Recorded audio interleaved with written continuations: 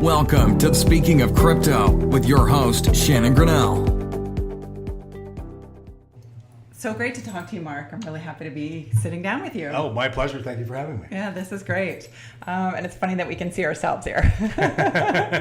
So I actually thought I might start by asking just some fun questions. Sure. I usually end the podcast with it, but I thought maybe just to sort of break the ice a little bit. So first fun question today is, how much money does it take to achieve financial freedom? Ooh. Well, it's probably different for different people. For me, number's probably 10 million, I would say. That seems more than enough. And past that, you don't really need it, to be honest with you.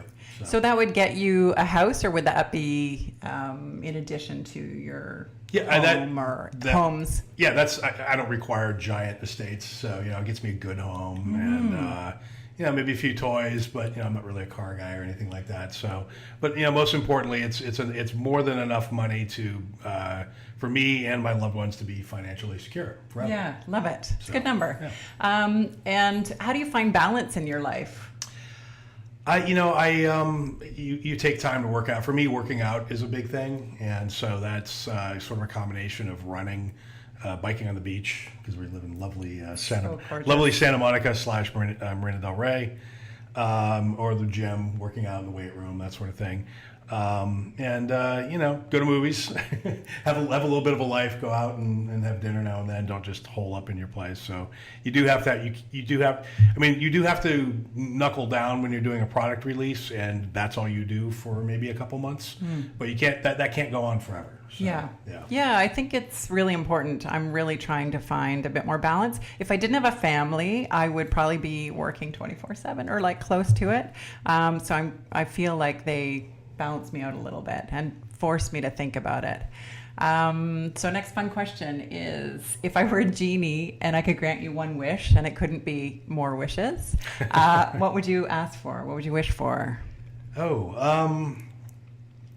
Probably to remain alive and relatively youthful for as long as I want to, but have the ability to terminate it in case that ever became something I wanted to do. We don't really know the effects of living for 500 years. We're not really built for it, so I don't know that once I got past 200 years, maybe I wouldn't want to be alive anymore. Yeah. So I'd want to sort of set conditions to make it so that I could control things if I wanted to. So I guess that'd probably be it. Beautiful, love it. Yeah. Number 4, if you could spend a day with anyone in the world, dead or alive, who would it be? Good question. Probably Nikola Tesla. Tesla, saw the world through eyes that almost nobody else has ever had that we know of, and just to sort of sink into how his brain worked and the way he saw the universe. Tesla is basically almost single-handedly responsible for a modern world. So, a lot of people, you probably know. I'm not familiar. Oh, you're not. Yeah, well, just one example, alternating current. That was his idea. Oh, wow. So Edison was pushing direct current, but that didn't really work with the AC plug that the world runs on. That's all Nikola Tesla. So, really a lot of his ideas are really mostly responsible for the modern world. So that would probably be the most fascinating person I think to spend time with. Amazing. Love it. Number 5, is getting into college or university important? No. I would say it's important to learn, but it costs too much money now. It's not a good idea. People start their lives, $200,000 in debt. It's not worth that. You can learn everything you need to learn. You can learn in other ways if you're halfway motivated. Today we have the internet. We have all these self-help courses and options available to us that weren't available to us 20 years ago, which is sort of maybe 25 plus years ago when I was in college. So I'd say today it's absolutely not worth going. Don't skip it. Yeah, I tend to agree. What was your college experience like? Was it beneficial for you, do you think? I went to school in New Hampshire. I was a computer science major, so it was. I learned computer science without a doubt. There were things I probably wouldn't have learned otherwise. Most of it didn't matter. Most of it's not stuff I used, and I learned far more during my summer internships and the first couple of years of my first job about software engineering and coding. and then later on about business and how venture capital worked and the internet and all that stuff. That's the stuff I learned on the job. So most of what I learned in college, no, not applicable. I mean, it was fun socially, and it was cheap enough then that it probably wasn't a decent trade-off to spend the time there. And I think people had an unnaturally foolish view of people that have college degrees as somehow being more accomplished than people who didn't in those days. And I think that stigma of not, if you don't have a college degree, obviously you're dumb. Like that's gone away. Doesn't make sense anymore. Yeah. Right. So I mean, I would say the other thing I'd say is, if you get the chance to go to Harvard or Stanford, go, not because of what you'll learn, but because of the networking. Yeah, absolutely. Yeah, I totally agree. I think it's really beneficial for who you meet when you're there. And some kids need to grow up a bit more. Yeah, true. But yeah, and if you can afford it. I'm not sure college is the good place to grow up. It might be a place to regress for a few years and then grow up. But, true.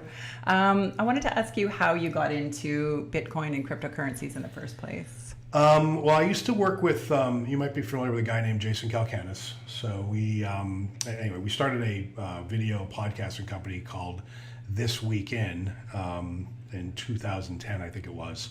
So sometime around in 2011, Jason was doing his podcast, This Week in Startups, and he had a guest on that talked about Bitcoin. And I was in my office. I tended to listen to all the shows, and to this day, that one sticks out in my mind. Wow. Because I remember listening to that going, that's really fascinating. However, I didn't believe in it because there had been many attempts at digital currencies in the 90s. Most notably, there was one called Flues. I don't know if you remember that, but Whoopi Goldberg used to do commercials for it on national television. So this is during the sort of first .com bubble. And there were actually several attempts at it, and they all failed. Even PayPal made an attempt at it, and they failed. And they scaled back to the business model that became PayPal. But they were really trying to do Bitcoin. That was really what they were trying to do. And this had always failed, and so I just looked at it and said, this is garbage. It's not going to go anywhere. Without really having a time, I didn't take the time to have a look at it from a technical, engineering perspective. And then in 2013, I had a couple friends that were, again, very excited about it. A guy named Brock Pierce here locally in LA, another guy named Michael Turpin. And I've known both those guys for about 20 years. And they both had the same kind of gleam in their eye, right? It was like back when someone told you about the internet in the 90s, right? They're like, oh my God, you don't know. This thing is going to change everything. And they're right. And and you know that they're onto something. And you just feel it in your gut. And knowing both Turpin and Brock, seeing that same look in both of their eyes, and they're very different humans, right? So they look at the world through very different lenses, and so the fact that both of them were intersecting at this one cross point, I just went, oh my God, there's something here. Big deal, yeah. So I was like, I better have a look at it. So I did, and I read the white papers, and it took me a while, even as an engineer, to understand what I was seeing because it was so different. Revolutionary, right, from other things that came before. It was like everything was like inside out. It was like the jump from procedurally oriented software, writing software procedurally oriented to object oriented. Right. It was that kind of through the looking glass leap. Right. And then when it finally clicked in my head, I was like, oh, that's what this is. Oh, okay. And then I just had a series of like, but then that means, and then that means, oh my God, this is bigger than the internet. But that's got to be insane because nobody else is saying that, right? That was sort of it was sort of this chain reaction of thoughts, and I was doubting that. I was like, I must be insane because I'm thinking super insane things right now. And about a week or so later, I saw an article in the New York Times by Mark Andreessen, the inventor of the web browser, right? So, and he was saying very similar things to what I had been thinking. I was sort of in the closet about it, and Andreessen's out there going blah, on the New York Times, right? And I'm thinking, and I saw that, and I went, oh, okay, I'm not nuts. Andreessen is thinking along the same lines. And it means you're onto something. Yeah, and then Fred Wilson and other people started. Reid Hoffman said a few things, and so I was like, okay, I'm a believer. And then I suddenly realized that I was one of few people at that time, in 2013, in the world, I believed, who could write, because you might know this, I'm a published author with HarperCollins in fiction. Right? Amazing, so, that's right. And so I'd never really David Moss was talking about how great an author you are. So I love David Moss. But anyway, so I was like, well, I can write. I'm an engineer and I understand Bitcoin, and I'm this weird confluence of things.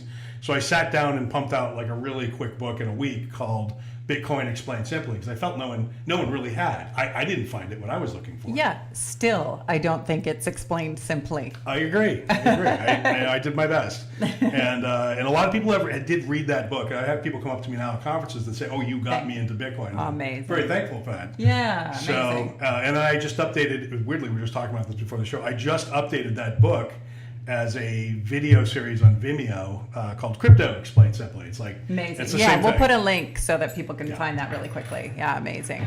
So what about Bitcoin was so revolutionary? You had all these aha moments. Can you explain one or two of them? The biggest one was the fact that it allowed for peer-to-peer digital scarcity for the very first time. That's really it. And we've doing digital scarcity with a centralized database, super easy. We've been able to do that since the 60s, more or less, right? But doing something like a Napster or a BitTorrent-like environment where there is no center, and yet objects are digitally scarce and only one person can have ownership over one object at one time, that's totally new. And the first obvious application of that is money. But that's only one application. There's deeds to property or vehicles. There's concert tickets. We could use baseball cards, Magic the Gathering cards. There's like all deeds to rare art. Like pretty much everything in banking and finance and government can suddenly be replicated in the digital world, completely decentralized. That was the wild thought, and we've heard a lot of people say this now, even down to there can be perfect voting for the very first time. And which brings me to the other sort of flip side of this is that truth is now mathematically provable. Right. Like we can be certain. So if we did voting via blockchain, we would know for sure, that there was no Russian interference, that there was no, irregularities in Florida, right? Like all those conversations would go away. I don't know. The flip side of that is I think a lot of people wouldn't like that. Yeah. 'Cause I think the games that they're playing right now wouldn't be playable. Interesting. So yeah. Yeah, it's a good take. We were talking about Max Kaiser and his sort of doomsday scenario, but he's very concerned about the national debt and what's going to happen with our money, given that there's a lot of personal debt as well. Where do you think we're headed? So the national debt, a lot of people don't know this. The national debt at this moment, as we're recording this, for the United States of America is $22 trillion in the hole. Worldwide debt, and it's not just us, it's like kind of everybody, all countries. Worldwide debt is now 3 times world GDP. That means all of us, all the rest of us, 3 times what all of us make in 1 year. There's literally no way that can ever be repaid. Right? Yeah. There's no way what's out. the catch up? Yeah. And if you look at the monetary base of the United States, of the dollar, you see like this. If you graph it out, it's like a line that kind of piddles up for a little while, and then QE1 is like this sharp vertical line that more than 10x's the monetary base. Then there's QE2, which goes up another vertical line. Then QE3. Explain what QE1 and QE2. Quantitative easing, right. Yes, I've which heard is a the very term. sort of nice way of saying we're just printing more money because we need to make more to cover debts. Right. Which is always and when you do that, all the new dollars that you create make the other dollars that are in your and my pockets less scarce and therefore less valuable. Supply and demand. It's all of this stuff is very easy to understand. It is addition and subtraction.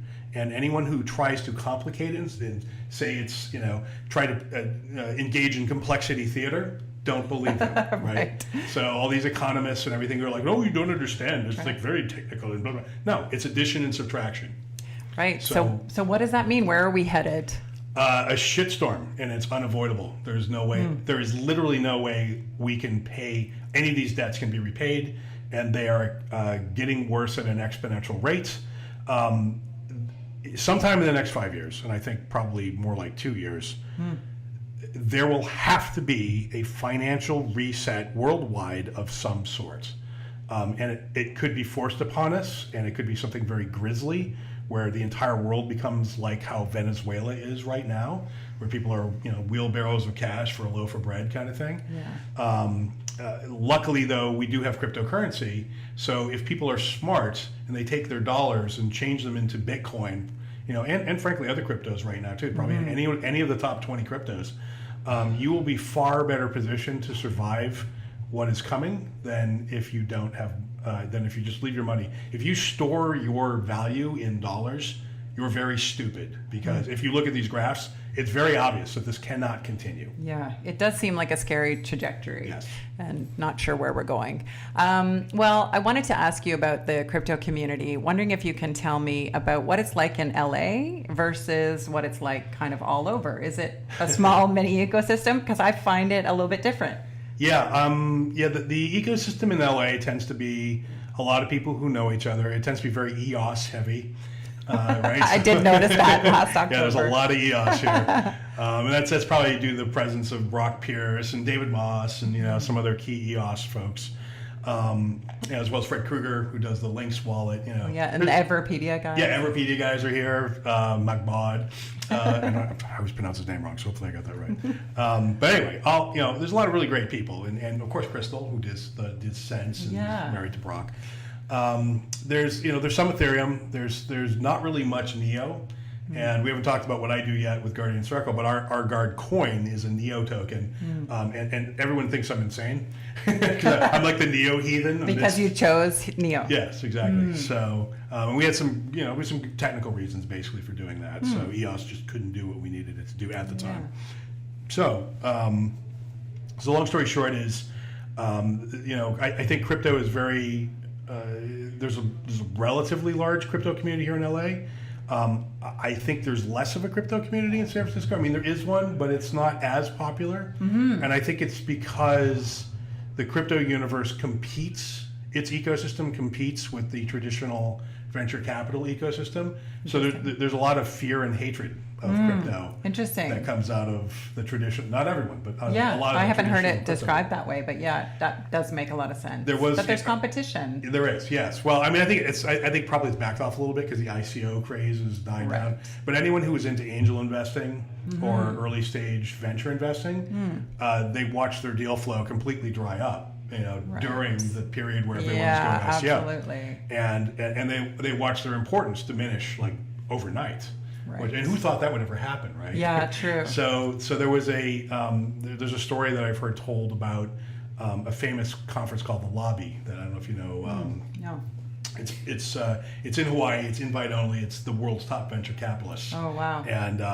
And so there's a room of about maybe 150 of these world class VCs in a room, and some folks from LA who are also VCs get on stage who are bullish on crypto and start talking about crypto and ICOs. The VCs in the room started booing, screaming, saying it's all a scam. Wow. And I've never heard of this kind of reaction from that crowd. Like, it was very angry. Yeah. It got so angry they had to stop the talk. Wow. And just not do it. And what year was this, do you know? This was maybe 2017, 2016? 2016, I think. So maybe 2017. I can't remember exactly the year, but it was somewhere in there. Wow. It wasn't 2018. So it must have been 2017. And the reaction was so vicious in terms of like pitchforks and torches. Now, the VC crowd does not, they're never excited about anything like that, right? There's nothing to be mad about in their lives, right? Not really. So somebody might have, walked on their beach that they, in front of their house, and they didn't like that. But there's nothing that truly bothers them. Right. This truly bothered them down in the depths of their soul, Really like almost nothing else. And it was because it was an existential fabric of the universe threat to everything that they were and had ever done. Very interesting. So I think that's why there's more down here. I will say the rest of the world, and I spent the last year and a half or so traveling, doing our token sale for Guard, and that's what you did at the time. Traveling everywhere, to Switzerland, to Gibraltar, to wherever, right? And so I got to see, and I was just in Georgia, not Dukes of Hazzard, Georgia, but like Russia, Georgia, right? And so I got to see all the, and I'd never really been out to all these other countries like this. Wow. And seeing the tech communities in these countries. And I have to say that they were ahead of what was going on in the United States in most cases. Interesting. Because the laws here are so there's a lot of uncertainty. A little sluggish. Yeah. Whereas these other places have embraced crypto and become very, suddenly realized they could be the new Silicon Valley, or like one of the new, there's going to be another tech wave boom, and it's going to be in crypto, and their region of the world could be a leader in it and benefit from it the way, imagine if Google had started in Georgia. Yeah, right? Be a whole different that's Google. What they're looking at, right? And that's what is starting to happen, is that all of the innovation is starting to flood away from America and spring up, natively overseas. Interesting. So I'm more bullish at this moment on the rest of the world than I am America for the crypto side of things. That's interesting. And any region in particular? Well, Switzerland's always been strong. Zug, Switzerland's Crypto Valley, as they call themselves, and they're right. Malta was hot for a while. I'm not as hot on Malta because Malta seems a little sketchy to me, to be honest with you. Yeah, I'm glad you put it out there. I'm just being honest. Questioning, yeah. Yeah, so I've heard people say, it became hot for a little while, and I kind of looked at that one. I don't know about that place. Gibraltar's making a stab at it, but I'm not sure. I like Gibraltar, but I'm not sure if they're going to make it. Definitely Cayman Islands, Bermuda, like a lot of sort of Caribbean. Caribbean looks pretty hot. Yeah. So Singapore looks very Absolutely. good. So those are the regions that seem the hottest at the moment. Makes sense. Do you want to tell us about Guardian Circle and Guard Token? Sure. So Guardian Circle is a community emergency response network.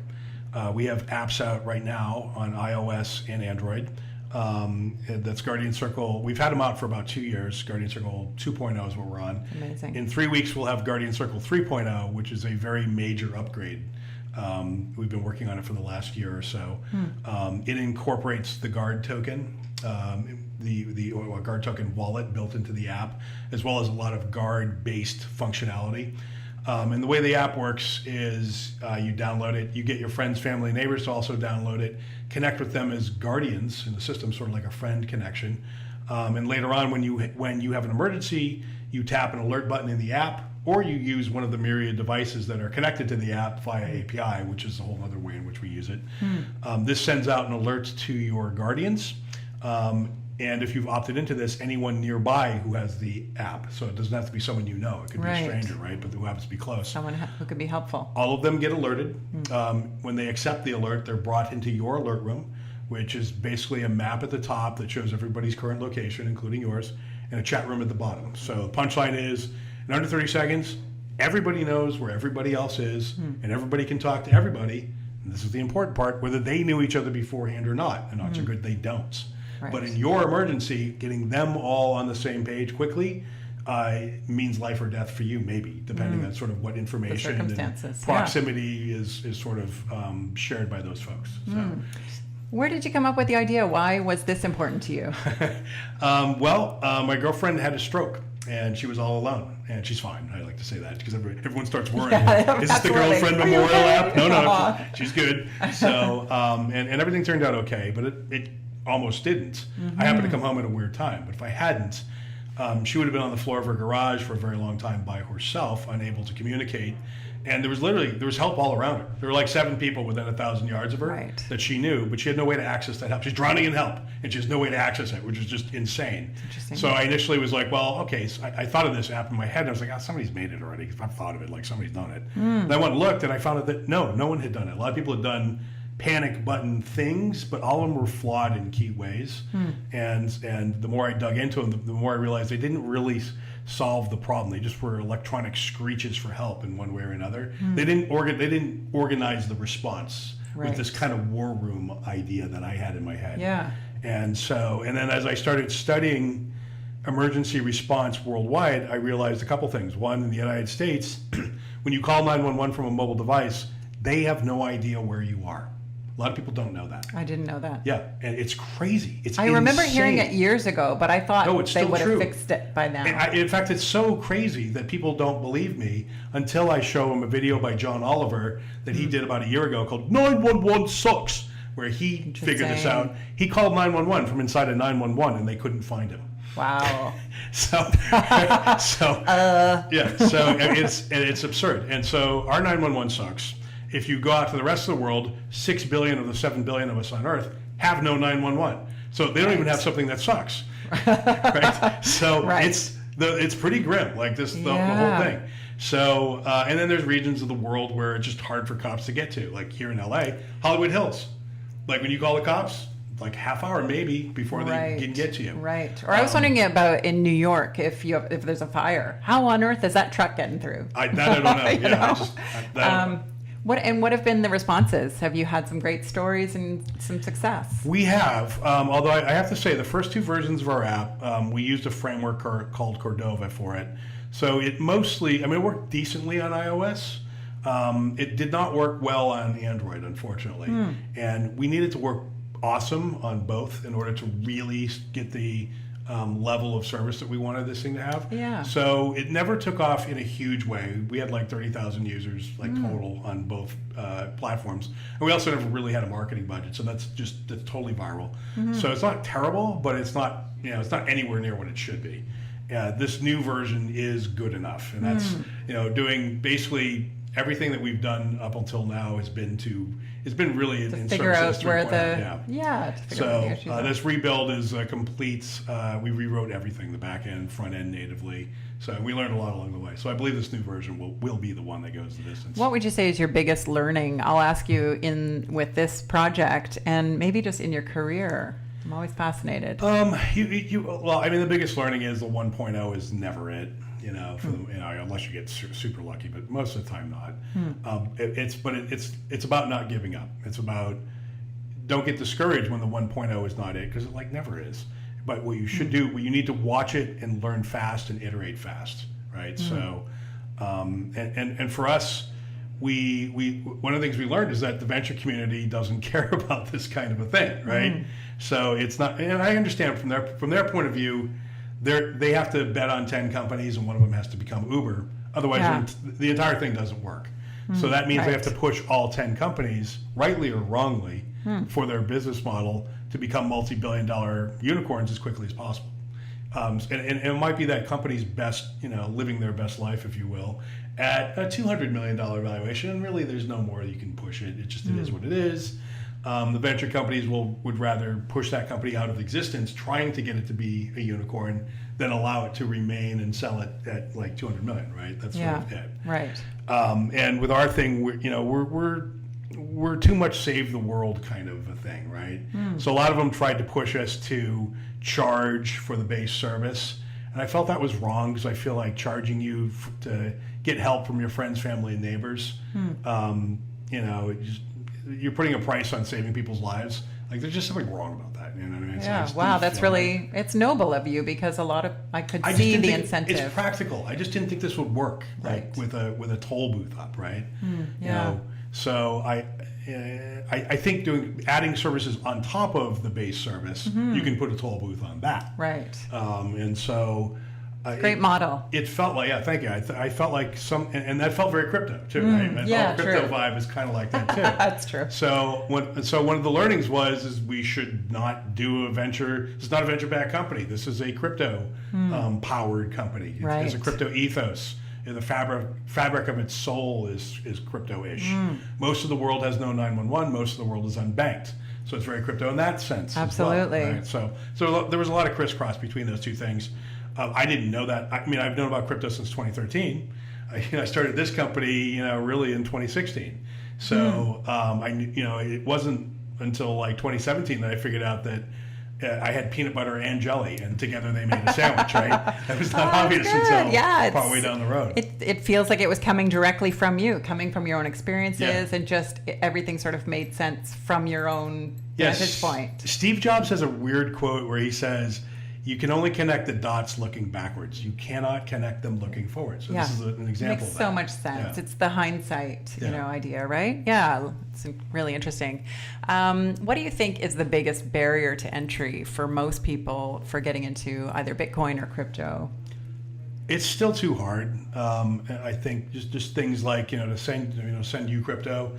You have to give me your crypto address, which is this long string of gobbledygook, letters and numbers. Like that's stupid. Why not your email address? Why not your phone number? If you lose it, who do you call? If you lose your Visa card, you can call Visa, right? There's no recourse for normal people are going to lose their keys.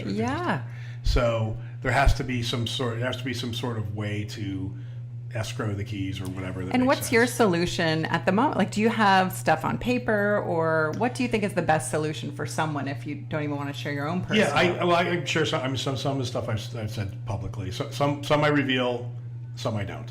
So part of that is I'm not going to say how I store my crypto, but I can tell you some things that I suggest. One thing you can do is store it. Definitely use a hardware wallet. I would say if use a Trezor, use a Ledger. Those are both awesome. I love both of them. And create multiple copies so that it's not just in one place. Yeah, right. And give them to your mom, give them to your family members, so they have copies of them as well. So if something happens to you, the crypto is not lost, right? Right. And also, if somebody gets a hold of your wallet, you have a shot at like moving it before they do, right? Yeah, right. That kind of thing. So there's that. There are now services coming out that will custody your crypto for you, and they're effectively banks, but they do it with crypto, and they have their own schemes for kind of doing things. You have to be a high net worth individual at this point in order to take advantage of those services. But I do think crypto custody services will be a thing in the future. Absolutely. And there's no real easy way to do that right now. So it's still too hard. It needs to be baked into something else that everyone already has. So I think what Facebook is probably up to, maybe I'm actually bullish on that. I think that's great. Yeah, I was going to ask you, what do you think will come of the Facebook coin, the Zuckbuck, or who knows what it is? Yeah, I think there are a number of things coming out that have a shot at moving cryptocurrency from sort of the small group of us all talking to each other and seeing each other at conferences all over the world to mass market adoption, where everyone in every street in America and elsewhere is using crypto in some sense. There's the Samsung phone that has a crypto wallet built into it, hardware wallet. Yes, I did hear that. That's unbelievable. That has a shot. Huge advancement. Yeah. Because now the phone is your crypto address, right? So and there's a hardware wallet in there, so it's very easy to store and keep safe. It's amazing. I mean, that's what we're carrying around with us all the time. So if we're going to actually end up using crypto to pay for something, then shouldn't it be there? Yeah. So I think, and Jack Dorsey is now super fascinated with crypto and Bitcoin. Very so cool. Jack's going to do something. We don't know what exactly, but Jack's got the fever. In a big Absolutely. way. So Jack's into it. Zuck is into it. Anyone at one of these big, everyone at all these big consumer companies realize this is the next big wave. And if you think about it, if you're them, like, when I first looked at crypto, one of my thoughts was this is bigger than the internet. And the reason why I thought that is because, Mark Andreessen says software is eating the world, right? And so the internet ate telecommunications, it ate media, it ate retail, a couple other things. Absolutely. But that's kind of it, really, when you think about it. It's actually not everything. Crypto is going to eat world money, world banking, world legal systems, world deeds and property and real estate. That meal is orders of magnitude larger than like the little itty bitty meal of the internet. Right? If you actually compare them, the internet's actually tiny compared to what crypto. The world's market, the eats. International global market. So if you're Zuck, if you're Jack, you're looking at that going, ooh, hello, expansion market. Absolutely. So, yeah. Oh, that's funny. So I was going to ask you, what do you think about education? So you're involved with these videos and things like that. You are trying to educate the public. Why do you think the education piece is really important? Because I think a lot of people, they've heard of crypto, but they don't really know what it is. So I think, it's got to be baked into something else that they already use. So in fact, that's what we did with the Guard crypto inside of Guardian Circle. So when you download Guardian Circle 3.0, which will be out 3 weeks, from when we're recording this. Amazing. You download Guardian Circle, the app, you get your friends, family, and neighbors to connect to you, and there's a Guard wallet built into the app. And in fact, we give you some Guard right away. So think about it, like when you play Monopoly, when you start to play, the game gives you $200. Otherwise, you can't play. It's a great way of looking at it. Yeah, absolutely. So Love it starts you off in the safety game, if you will, right? And so you're playing with house money. Yeah, right. And there are different ways. And as you invite more people into Guardian Circle to connect with you, you earn Guard. There's always different ways to earn Guard and do things. And then after you have an alert, and 10 people come and you're saved and you're feeling very, very generous, that after you close your alert, there's a tip screen, just like after you get out of an Uber ride, there's a screen, well, actually Lyft, not Uber, where you can decide how much to tip people in Guard. And it's a very sort of, we line up all the people who were in your alert, who came to your alert, and you hit the plus button or the minus button next to them based on how much they did or did not do for you. And then when you're done, you hit one button, and it's one click to tip, and the Guard gets sent out to all those people. And thanks. But it's totally, and it's a tip. It's not mandatory, right? So we're slowly getting people used to, instead of like forcing them to use crypto, we're saying here's some coins. These are like frequent flyer miles in our system. People appreciate them. Right. They start out not being worth a lot, but it's always possible that down the road this could be the next Bitcoin, and all of a sudden 10 years from now, 5 years from now, this is worth a lot of money. These are tradable tokens. Yes, they're totally tradable tokens. You get 10. You get 10. I earned 10 Guard saving someone's life, and it was worth $3 at the time, and now it's worth $40,000. Right, like that could happen. Could happen. Yeah. So, and especially in regions of the world, thinking more where people are unbanked. That's like the only way that you can actually pay someone, right? Absolutely. And we bake the payment system and frankly the entire banking system for Guard directly into the app. Yeah, so education through use and through UI is something we think is important, and Trojan horsing crypto into other things. That's amazing. We think is important. Well, and so what are some of the ways that you can earn Guard token? Well, I mentioned one. You respond to alerts. Helping someone, yeah. Yep. You every time you invite someone into Guardian Circle, you earn a little bit of Guard. We are going to have a paid subscription version of Guardian Circle. Those people will be eligible for airdrops. So we're going to do periodic airdrops if you're a paying member, and there'll be other benefits in the subscription. This is fiat, regular dollar subscription as well. Interesting. There'll be other benefits to it, but you'll basically get Guard airdrops if you're those folks.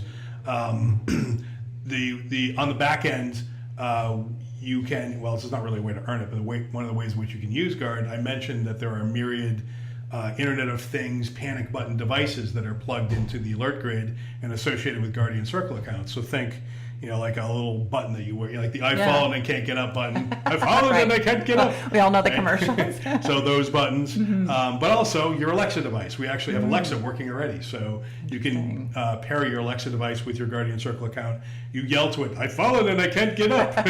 And it sends out the Guardian Circle alert. Think fall detection, crash detection, irregular heart rate detection on like an Apple Watch, all kinds of things. That's really cool. To connect those devices to our API, it costs Guard, basically. So you stake Guard in a wallet. We tie that wallet address to an API key and hand you the API key. Interesting. And it's one Guard equals one device. Interesting. And if I'm, let's say, a healthcare professional, a nurse or a doctor, could I sign up to be someone's protector? Or even if I'm not so close by, if I'm like in a neighborhood maybe? Yeah. Have you thought about something like that? Yeah. So we, so right now, you can cut deals with people like if you're a nurse practitioner, you'd be like, okay, I'm opening a business. I charge, 2 Guard a month to be your guardian. Right. We give you everything you need to start that business. Right. But we don't actually mechanize the subscription for you. So that's not something we do. Right. We may do stuff like that down the road. We're crawling before we walk. Yeah, no, I think there's some expansion ideas that could absolutely. Really there are things, we're talking with EMTs that want to do something like this, that want to set up response systems. We're talking with private security firms. We're even talking with governments that want their 911 systems on this same alert grid. Oh, interesting. So there's a lot of different directions that it can go in terms of revenue. Like it's actually quite large. Wow, amazing. What are you excited about in the space in general? Well, at the moment, I'm excited that crypto winter appears to be over, and I'm seeing spring. I'm seeing a lot of green instead of the depressing red, every day that we've been seeing for a long time. Little boost, little bump. And I'm also excited that it appears to be building at a rational pace, not just sort of some, absolutely crazy, insane pace. I was watching my portfolio, but I mean, I just started. It's so funny. I got into crypto just before the 2017 boom. Yeah. So I was watching my portfolio go up $1,000 in half an hour. I'm like, this is insane. I mean, I should have known at that point. Yeah, well, we all knew. We all knew that was insane. Yeah. So we all knew. To be honest with you, I knew it was going to crash. It crashed far further down than I thought it would. So, and specifically, I felt like Bitcoin probably really should have been worth about 7,000. And as we all know, it crashed down to like 3,200, kind of at the worst moments. And now it's back up to 5,000. But I still think it's even low. I still think it really should be at this moment like 7,000. And I do think it should start going up fairly regularly. In my own opinion, I'm not a financial advisor. I do think we're going to see steady growth in all the cryptos. But other than that, what I'm excited about, the EOS. I'm excited about EOS. I'm an EOS holder, and I'm also very excited about NEO. And a lot of people, I think, are still underestimating NEO. NEO is, from a technical perspective, the most excellent of all the coins in terms of it's the most developer friendly. They have an enormous number of utilities and tools that are available for developers to develop blockchain applications. It's far more sophisticated than EOS in that respect. And they've just hired some senior Microsoft executives to run their U.S. operation. This is like a month ago they started this. So the guy that ran .NET inside of Microsoft for 10 years is now head of NEO America. Wow. So they're deadly serious about Amazing. Creating and a how platform. would it compare, I'm not a developer or technologist, but to Ethereum? I'd say both EOS and NEO are third generation coins. So both of them are incredibly scalable and incredibly fast. Ethereum is still sort of locked at 21 transactions per second. If the price of Ethereum goes up, the price of gas goes up insanely. So, moving $30 worth of Ethereum could very easily cost you $70. So it's just, because they have a problem of their design is sort of locked. Well, there's gases. The concept of gas is ether. So, and there's no way to decouple the price of Ethereum from the amount of that gas costs in their universe. Whereas NEO separated out, they have a separate token for gas, which has a completely different valuation. So, which is good. So interesting. So I think that so I'm very bullish on EOS and NEO and some other coins. Frankly, I'm not bullish on Ethereum. I also think they will never solve their scalability problems. Because there's too much squabbling and infighting about how to do it. Seem to be a lot of groups. Yeah. And they're all fighting each other. There's giant civil war and contention. It really needs a strong hand. Like, unfortunately, it needs a benevolent dictator. Interesting. Like, what should happen is Vitalik should stand up and say, all right, jerks, here's what we're doing. And, it's not perfect, but it's at least one direction we're all going in. Right. And it's one of several that will work. Yeah. And that's really the only way Ethereum survives, and I don't see that happening. Interesting. What do you think about stable coins? Oh, I love them. They're clearly a necessary part of the ecosystem. I think it's fascinating that you can store. I have a friend of mine who has a big inheritance coming in of fiat currency, and they don't like banks. And they recently asked me, well, if I don't want to store it in a bank, what should I do? And I said, well, you could put it in Bitcoin. And they went, no, not Bitcoin. It's too terrifying. It seems scary. I was like, okay, well. You can have it as a stable. I explained stable coins. So I said, just pick a stable coin, and then you have your money. It's electronic, and it's completely within your possession, and you are your own bank. You could do that, right? And that's that's new on Earth. Like you've never been able to do it. In order to have electronic money, you had to give your money to someone else, and they actually had it, and you didn't. Right. And you could, ask to get access to it through your little card. Right? Interesting. Yeah. But really, it wasn't in your possession. It was in someone else's possession. Like, what do you mean? Just a digital, like the bank. So what I mean is, like, if I want wiring money, or if I want digital money, and by that I mean the ability to pay with a card at an ATM, right? A debit card. Yeah. In order to have the benefit, in order to be allowed to own digital currency, I would have to give my money to Bank of America, right? Which means I no longer have it. By the way, that's right. Bank of America has it. They can put a hold on that account. They can, they can lose that money. There's a lot of things that can happen. Yeah, government bail-ins. Government bail-ins. They can, if you're in Cyprus, actually started giving people haircuts in their savings accounts because the government needed money. Right? Yeah, a lot of things it that can happens happen. around the world. The money is not in your possession. It's not yours. Right. And you have to ask for permission to get access to it when it's in a bank. Right. And we just don't think about it because most of the time the answer is yes, but that doesn't mean it's always going to be yes forever. Yeah. Especially if some of these other things we were talking about come, if there are crises of financial nature, you're first on the fire. You're first on the firing line. You're the bodies are going to throw into the furnace first. You just are. Yeah, so absolutely. You're the cannon fodder.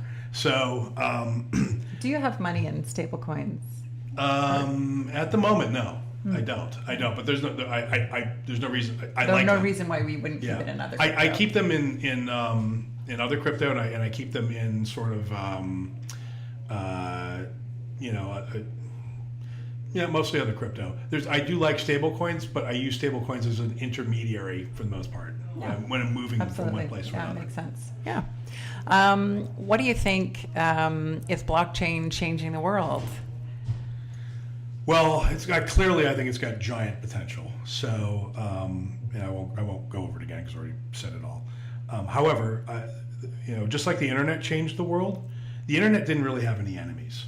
It had some, obviously the movie companies and the music companies right. were enemies, but they were too stupid to really be good enemies. Interesting. Because they're mostly dumb people, just straight up.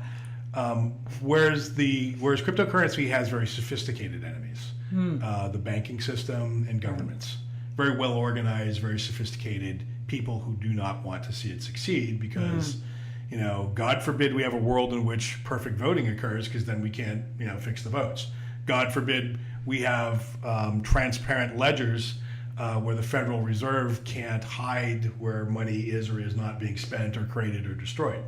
That obfuscation is part of how the system has worked. And that's very frightening for the people in power to suddenly have full transparency. Full transparency, right, and full accountability and mathematically provable truth. Right. They're not they don't know how to exist in all that sunlight. It's interesting. So they're going to resist it. And the internet did not have enemies. Cryptocurrency has very powerful, well-organized enemies. So how that piece of it turns out remains to be seen. I believe that it's just too strong, and there are too many people and more people believing in it every day that it is unstoppable. And it's just a question of how fast that unstoppability will move. And what setbacks it will suffer temporarily along the way. We just suffered our first major setback in the crypto winter. Right. There'll be more. This is not the end of setbacks. Yeah. Well, there are a lot of people doing some amazing things in this space, incredible projects. What do you think it takes to change the world? Right now, I think a lot of there haven't really been any crypto projects that have reached mass adoption, other than crypto itself, other than like Bitcoin and maybe Ethereum. And I think it's too early for those things to appear yet. I think we have to give it a little bit more time, like maybe another year, and then we'll see a breakout crypto project or two or three. But we haven't seen the real killer app yet. I'm talking about blockchain projects, I guess, primarily. So, any idea what it might be? Well, I think Guardian Circle could be one of those things. There you go. I think that, but yeah, I think, I'm trying to think of other. Supply chains, open supply. I think supply chains because they have an economic incentive to get that right. But the other thing that's weird about supply chains is right now. You have, again, it has enemies. You have a bunch of players in the ecosystem that have their own siloed data, and in order to make it all sing and dance together, those silos have to break down, and there has to be transparency, sometimes between competitors. Right. But if they do it, then the reward is if something goes wrong in the supply chain, they can very quickly figure out where the bad lettuce came from and kill it all in its path so it doesn't poison, food poison more people. Chipotle had its brand absolutely destroyed because they just couldn't figure out where the bad food was coming from. And tons of people got sick. After the first person gets sick, they run a food trace, they realize the lettuce came from this row on this farm, just burned all the lettuce from that row. Right. And instead, Chipotle had its brain destroyed because they couldn't figure it out fast enough.